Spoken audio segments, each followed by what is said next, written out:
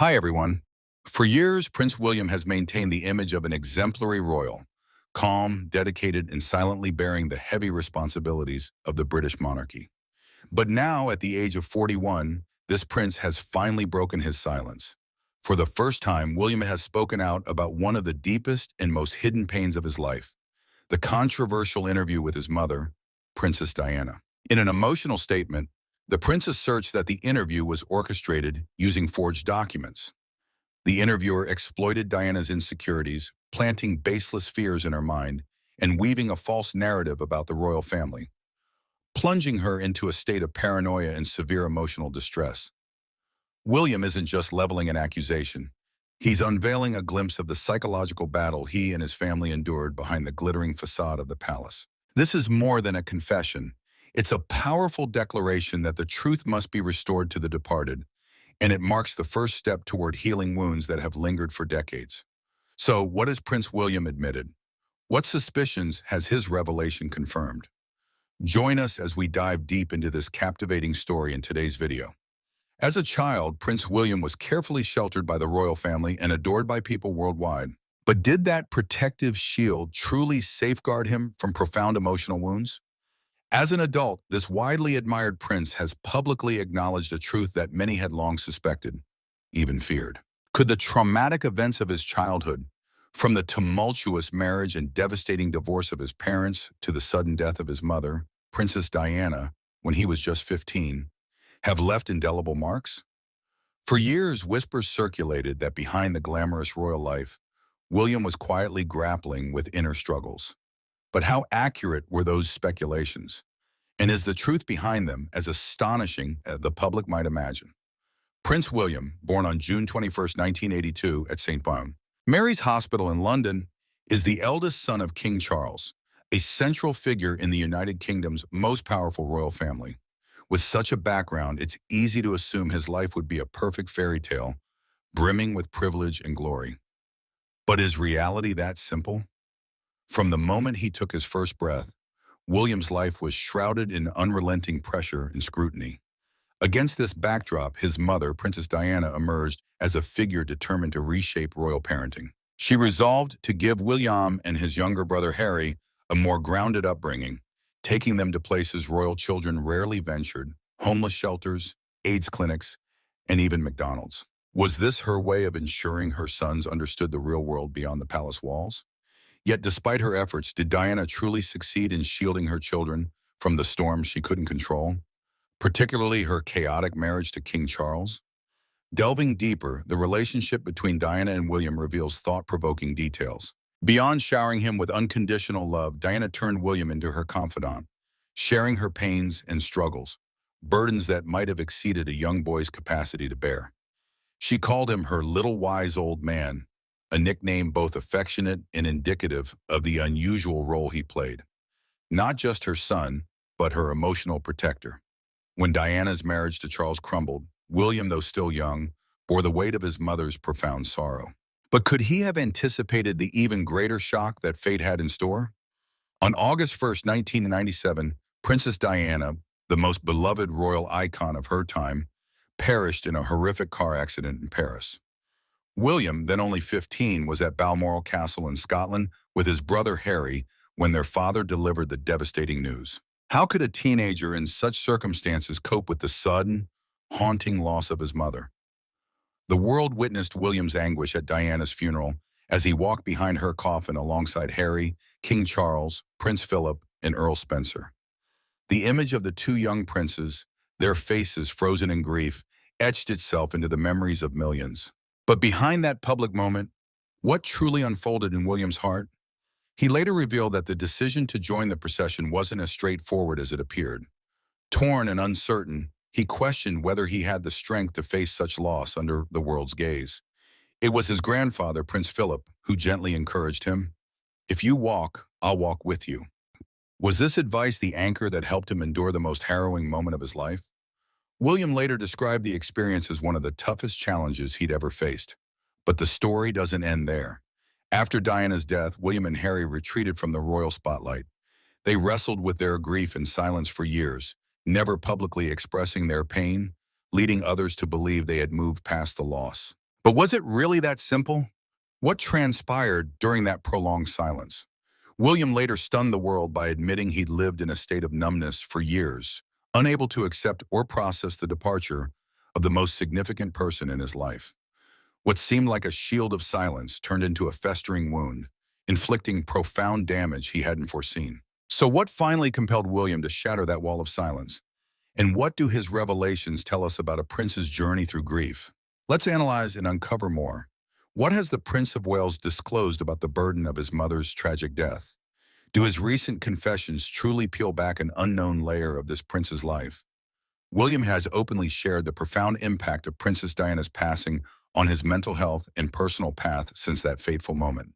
Could this admission be a window into an entirely new side of him, one even the closest observers have never fully glimpsed? It raises a critical question. Did his royal status shield him from internal battles, or did it merely deepen the wounds he tried to conceal? For years, he buried his emotions, convinced that showing vulnerability was unacceptable for someone in his position. He threw himself into his studies at Eton College and later at the University of St. Andrews, where he met his future wife, Kate Middleton. But was immersing himself in academics a genuine way to escape his pain, or just a desperate attempt to outrun the ghosts of his past? In a recent documentary, William candidly confessed that the shock of his mother's death still lingers within him. "I still have shock within me. People say it can't last that long, but it does," he shared in BBC One's Mind Over Marathon. What does this admission signify? What does it reveal about the depth of trauma he silently endured for decades? His brother Prince Harry added that confronting painful memories is essential, but why did it take William so long to do so? Now the Duke of Cambridge, he told the BBC he had to learn to live with the loss of his mother, though it weighed like a stone on his heart. In a rare moment of vulnerability, he emphasized that the shock remains the most overwhelming sensation he feels, even 20 years after her death. He described it as an unhealable wound, an event so monumental it never fades. He even revealed feeling his mother's presence at his wedding to Kate at Westminster Abbey in 2011. Is this a sign that Diana remains an inseparable part of his psyche, or merely a means of comforting himself amid irreparable loss? What do we see when we examine William's growth through a royal lens? Princess Diana chose a distinctive parenting approach, breaking the monarchy's rigid molds, fostering humility and confidence in William and Harry. But after her death, much reverted to tradition. William attended prestigious institutions, from Jane Minor's nursery to Wetherby Preparatory School in London, and later Eton College. Was this the royal family's way of preparing him for future duties, or an attempt to confine him within a safe framework, shielding him from further harm? He studied at private schools with meticulous tutoring, a deliberate setup to mold him into a future king. But did this academic path truly help him overcome the shadows of his past? At Eton, William focused on geography, biology, and art history, subjects that showcased his sharp intellect. Earning an A in geography, a C in biology, and a B in art history wasn't just academic success, it was evidence of his resilience amid turbulent years. He also displayed leadership, captaining the swimming and football teams and excelling in water polo. But what drove these achievements?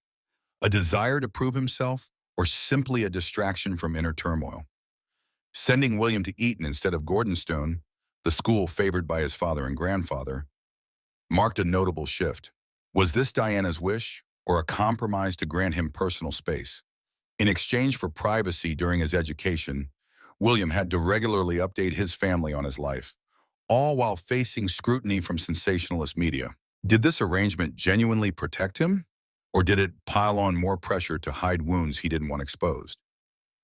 The head of the Press Complaints Commission, John Wakeham, ensured that during his university years, Prince William was viewed as a young man navigating a critical developmental phase rather than a public figure or celebrity. This underscored the importance of his academic years. However, William's student life wasn't entirely rosy. He faced challenges, including a severe head injury in June 1991 caused by a golf cart driven by a peer. The resulting depressed skull fracture required surgery at Great Ormond Street Hospital, leaving a permanent scar. Yet his troubles didn't end there. In 1990, William suffered another accident, breaking a finger and necessitating hand surgery to prevent further damage. After completing his studies at Eton, he chose to pursue a military career. During his training years, the official divorce of Prince Charles and Princess Diana unfolded, profoundly affecting William emotionally and mentally. He felt compelled to protect his younger brother and mother from the media. She was failed not just by a rogue reporter, but by BBC leaders who turned a blind eye instead of asking tough questions, he said. William endured his adolescence under relentless public pressure as media attention intensified on the royal family, particularly him and Harry. He credits this experience with shaping his views on privacy and his relationship with the press. Witnessing his parents' marriage dissolve also influenced his perspective on relationships and marriage, leading him to approach romance with caution and introspection. Ultimately, he balanced public duties with his personal life. His parents' separation and its fallout shaped his understanding of his future royal role, while Diana's charitable work inspired him to follow in her footsteps as he matured. Breaking the silence and advocating for mental health. In recent years, Prince William has emerged as a leading voice in mental health awareness. Sources say the Duke of Cambridge has opened up about Diana's death and his mental health struggles to end the stigma surrounding grief and mental well-being. In a powerful GQ interview, he admitted that sharing his struggles has been life-changing. He no longer sees vulnerability as weakness but as strength. He revealed being in a better place than ever before, able to speak openly and honestly about his late mother, recall her more vividly, and discuss her publicly with ease.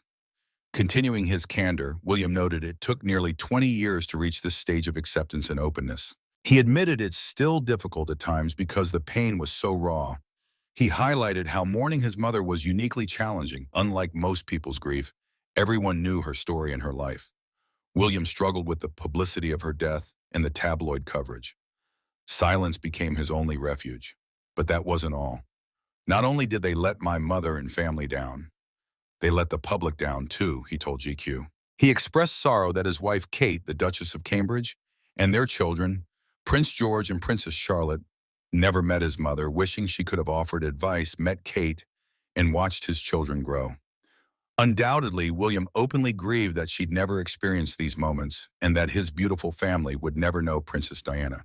He shared this with journalist and politician Alastair Campbell. Yet he didn't stop at breaking his silence. Alongside Prince Harry and his wife, Catherine, Princess of Wales, he launched the Heads Together campaign in 2016 to dismantle mental health stigma and encourage help-seeking. William has been astonishingly honest about his struggles, hoping to inspire others. He's quoted saying, "Mental health was a huge taboo. If you were anxious, it was because you were weak. But of course, we all are. Few of us talk about it." He also criticized the toxic masculinity culture that hinders men from addressing mental health issues. Since then, William has spearheaded major initiatives like Shout, a 24/7 crisis text service, and Mental Health at Work, a support platform for employees and employers. He's gone further, engaging openly with athletes, celebrities, and mental health experts to foster conversations about well-being. Prince Harry and his grief. Like William, Prince Harry battled his mother's loss for years. Interestingly, the younger prince handled his grief differently. His approach might shock you and reveal why he differs from William. In a recent interview, Harry admitted bearing his grief far deeper than his brother, making its eventual unearthing all the more agonizing. Therapy, prompted by William, unearthed the immense emotional burden he carried as a boy. The contrasting effects on the brothers may stem partly from their ages when Diana died in August 1997. At 12, Harry was arguably too young to grasp the enormity of the loss, even believing a motherless life was normal. But the most surprising revelation? He's cried only twice since her death, a striking admission amid the nation's outpouring of grief. He wept once at the funeral and once afterward. Watching the country mourn, Harry recalled wondering how so many could cry so intensely. His 12-year-old self was baffled that strangers who never met his mother seemed to feel her loss more deeply than he did. The media noted this when the royal family faced initial criticism for staying at Balmoral, appearing detached from public grief. After the Westminster Abbey funeral, Diana was laid to rest privately on an island at Althorpe House, the Spencer ancestral home near Northampton. Though deemed concluded, the pain lingered for the princes. Earlier this year, Harry spoke of suppressing his emotions for nearly 20 years, highlighting the challenge of understanding the psychological toll of such detachment on a young boy.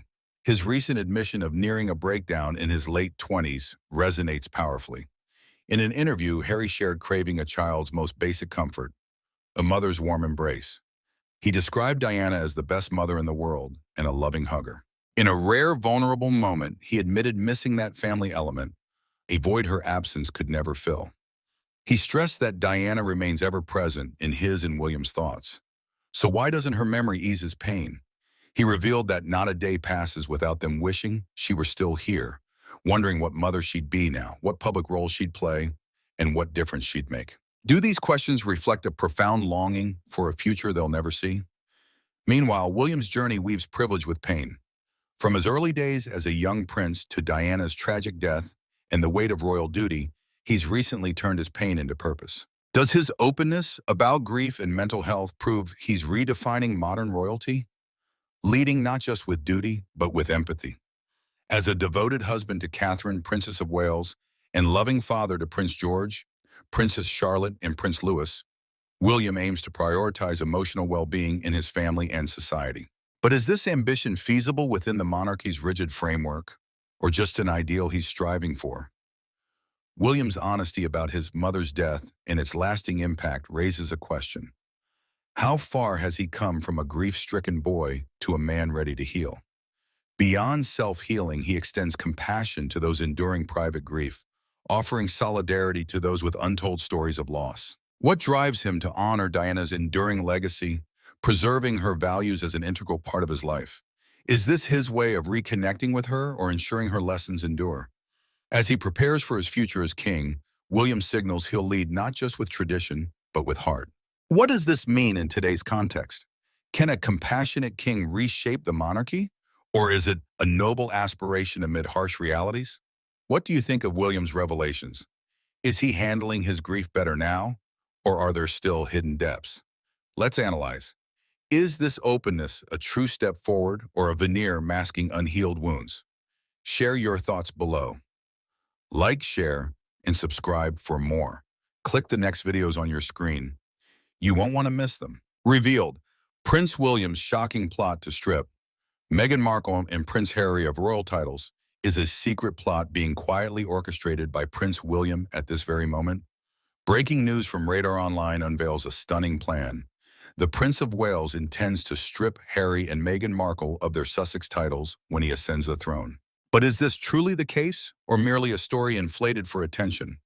We'll soon hear analysis from Brittany, editor of the Royal News Network.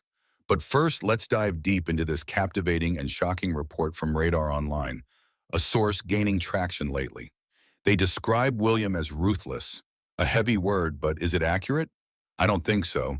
Could this simply be his rational way of protecting the royal family? So why did Radar Online choose this term? They claim William is eagerly awaiting his coronation to take action, poised to remove the titles of the Duke and Duchess of Sussex if they dare publicly criticize the royal family again. But hold on, what is Radar Online basing this bold assertion on? They cite an unnamed courtier. The king was especially hurt when Harry called him an emotionally cold father and spare. This sounds dramatic, but who said it? Is it fact or just a rumor woven to amplify the narrative? Charles, at 76, is said to fear being seen as petty by the public if he revokes titles granted by his beloved mother. A reasonable concern, but does it genuinely stop him from acting? William, in contrast, is portrayed as unwavering. But what drives him? Loyalty to the monarchy or a deeper personal motive? Is the palace truly preparing for this scenario behind closed doors? Or is this mere speculation from Radar Online? Let's pose the question. If William is really raring to act, as they say, why isn't he pushing for it now under his father's reign? Is Charles holding back, or is a larger plan being concealed? We need to scrutinize every detail. The truth might be more complex than what's been revealed. Is a silent conspiracy unfolding in the shadows of the palace? An insider discloses that behind the scenes, the royal family has tacitly approved stripping Harry and Meghan's titles if they cross the line again. But wait, who are these people whispering this? And does tacit approval signify an official decision, or just gossip echoing through the corridors of power? Revoking titles requires an act of parliament, no small feat. So why do insiders insist the palace has held secret meetings to strategize? When did these meetings happen? With whom? And what does this feasible plan entail? Radar Online reports it, but what evidence backs them up? The royal family is reportedly furious that Meghan brazenly flaunts the Sussex title for her and Harry's personal gain. This insider, insider, once again unnamed, confirms it. But is this fury as intense as claimed, or an exaggerated emotion to justify forthcoming action? When King Charles passes, William will certainly pull the trigger and strip their HRH status, the source asserts. The word certainly rings with confidence, but what guarantees William will do this? Does he have a clear blueprint, or is this just a prediction rooted in current tensions? Then the story shifts. Harry is in trouble. He misses his family terribly, but no one in the royal circle speaks to him anymore. This news stuns us, but why is it surfacing now? Is Harry truly isolated, or is the palace deliberately painting him as an outcast to rationalize future moves? Brittany, my goodness, Charles seems reluctant to go hard, or rather, too lenient as I see it, when facing Harry and Meghan's blatant breaches of the Sandringham Agreement. But William is different, isn't he? He won't let it slide, or is that just what we want to believe? If he strips their titles upon taking the throne, would it be the right call or just an emotional gambit? We need to dissect this further. Is William safeguarding the monarchy or hiding a personal agenda? Is Prince William truly the one to change the game? Or is that just conjecture from insiders? Brittany asserts, I've always thought William would be the one to enact any change. But why William and not Charles? She suggests Charles is acting more like a father than a king. A striking observation. Is he too soft? Or is something deeper holding him back from the Sussex threat? Brittany argues Harry and Meghan are diluting the royal brand. But how much, and who feels the impact? She likens it to a company chasing brand copycats with full force. So why doesn't the royal family do the same? Is Charles indecisive, or does he have a hidden strategy? Brittany predicts Charles won't act. It will fall to William. But what makes her so sure? She denies William is eager to be king, suggesting instead he may seek a lasting fix for Harry and Meghan.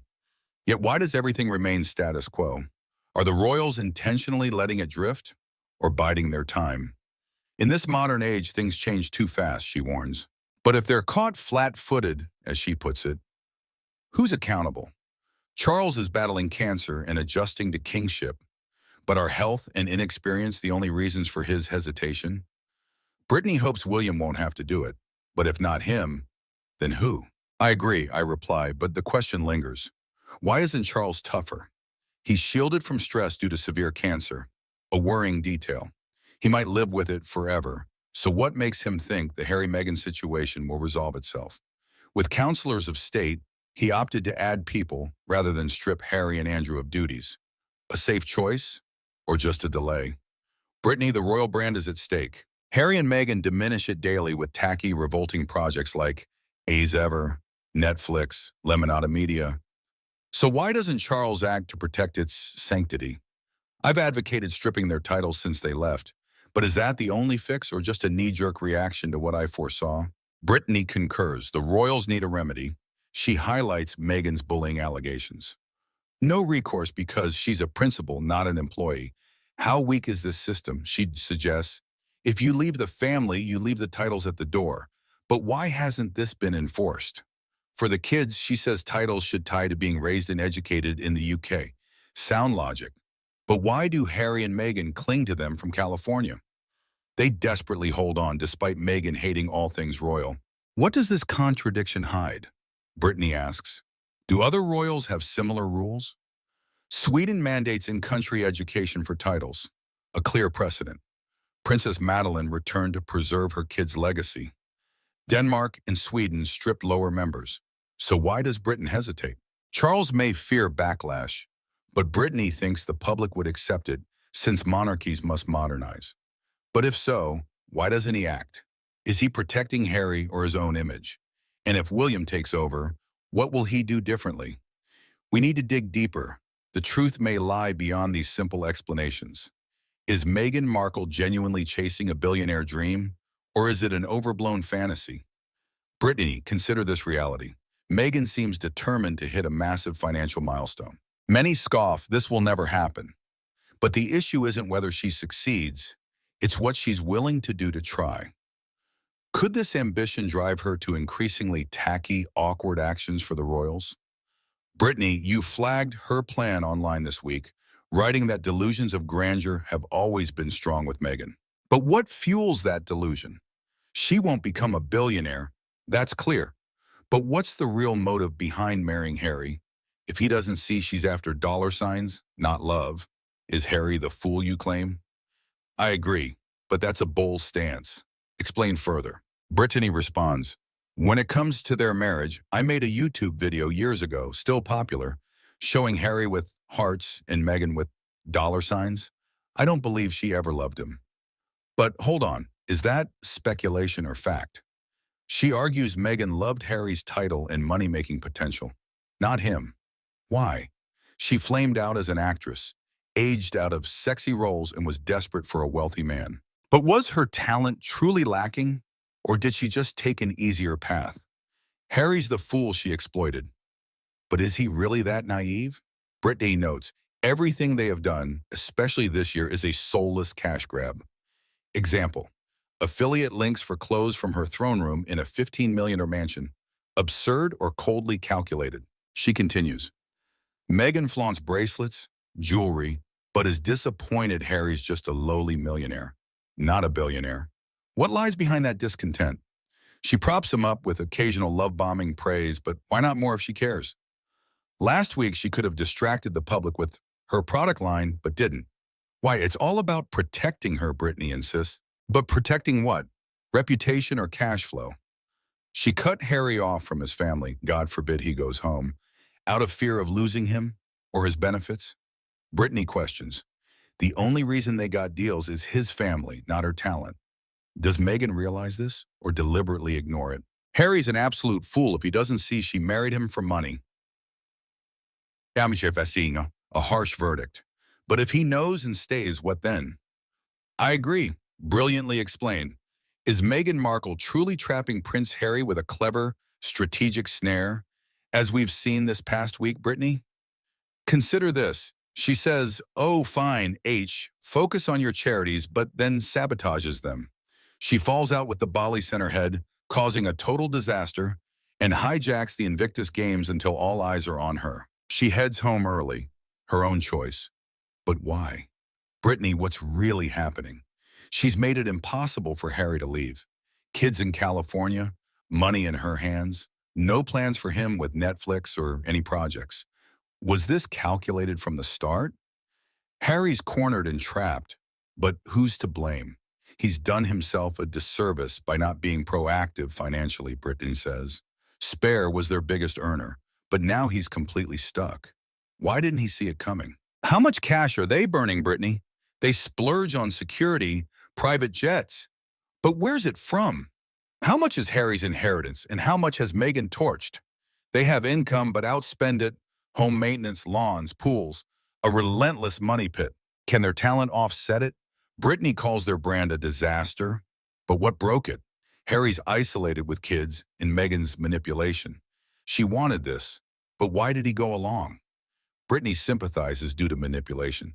But how much was his choice? He made his bed and must lie in it. But if he wakes up, what changes? She loved his title, his money, not him.